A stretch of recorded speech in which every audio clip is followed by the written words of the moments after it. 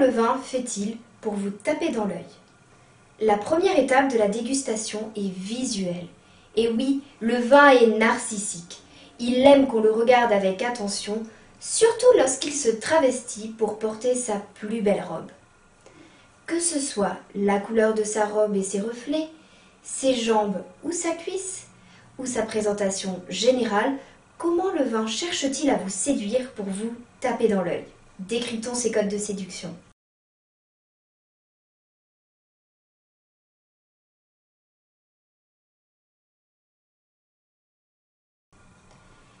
Tout d'abord, qu'est-ce que la robe d'un vin?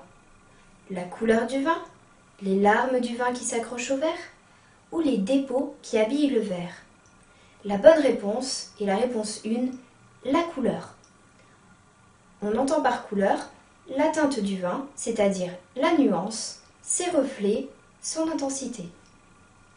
La teinte renseigne sur le degré d'évolution du vin. Un vin rouge présente une teinte qui va du rouge violacé jeune au rouge orangé plus évolué. Un rouge avec des reflets violets sera une bonne teinte uniquement pour un vin jeune à boire rapidement comme un Beaujolais nouveau. Une teinte orangée indique un vin trop évolué avec une certaine oxydation. Il est souvent déjà trop tard pour le boire. Pour les blancs, les teintes vont du jaune pâle avec reflet vert la première année à un jaune paille pour les vins secs et d'un jaune paille à un jaune ambré pour les vins moelleux dont la concentration en sucre fait évoluer la teinte de façon significative.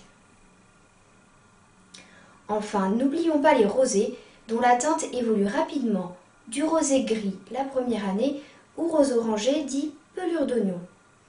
Et oui, les vins rosés sont des vins de style primeur, c'est-à-dire à consommer plus tôt dans l'année, voire dans les 2 ans pour ceux qui se conservent le mieux. Pour l'intensité, on peut placer un doigt derrière le verre afin de juger de la transparence. On la qualifie de faible, moyenne ou forte. L'intensité varie essentiellement en fonction du cépage et de la méthode de vinification. Par exemple, un pinot noir que l'on trouve en Bourgogne aura une intensité plutôt faible par rapport à un cabernet sauvignon de Bordeaux qui présente une intensité plus forte. Pour un même cépage, la méthode de vinification peut faire varier l'intensité du vin. Par exemple, lorsqu'on extrait plus de tanins, composants fixant la couleur et apportant la structure des vins rouges, les vins ont une intensité plus forte. Les vins de garde contiennent généralement plus de tanins et sont donc souvent plus intenses. Après avoir décortiqué toutes les nuances de la robe, passons à la cuisse, la jambe ou appelée plus traditionnellement les larmes.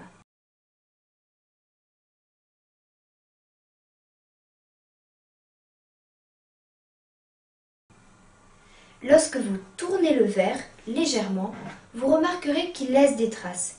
Ce sont les larmes. Que nous indiquent les larmes? La qualité et le potentiel de garde du vin? La contenance du vin en alcool, sucre, tanin? Ou le degré de sensibilité du vin pour vous séduire? La bonne réponse est la réponse 2, la contenance du vin en alcool, sucre et tanin. Vous entendrez bon nombre de théories sur la relation entre la vitesse des larmes et la qualité du vin, mais en réalité, les larmes renseignent plutôt sur la consistance du vin. Plus la teneur en alcool, sucre résiduel pour les moelleux ou tanin pour les rouges est élevée, plus les larmes seront visqueuses. Enfin, la présentation générale, très importante. On attend d'un vin qu'il ne présente pas de défaut, qu'il soit limpide, voire brillant, cristallin. Un trou ou un défaut n'a pas forcément de conséquences sur ses qualités. Et oui, même moches ont peut-être beau à l'intérieur. En effet, on admet souvent des dépôts sur les vins rouges qui peuvent être des précipitations de couleur ou des précipitations tartriques. En revanche, le consommateur est souvent plus gêné par des dépôts sur les blancs. Généralement, il s'agit de dépôts tartriques sans conséquence, mais le vinificateur travaille son vin en élevage pour supprimer les dépôts ultérieurs possibles en bouteille. Après cet examen visuel, je sens que la séduction opère. Mais attention, car l'amour peut rendre aveugle, et c'est surtout lors d'une dégustation à l'aveugle qu'il faut savoir ouvrir l'œil.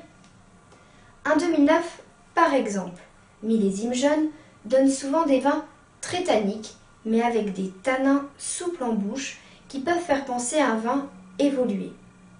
Sa teinte, bien rouge, plus pourpre qu'orangée, vous aidera à voir qu'il s'agit d'un vin jeune. Et oui, le vin est plein de contradictions. Vous pensez que le vin est une femme? Peut-être.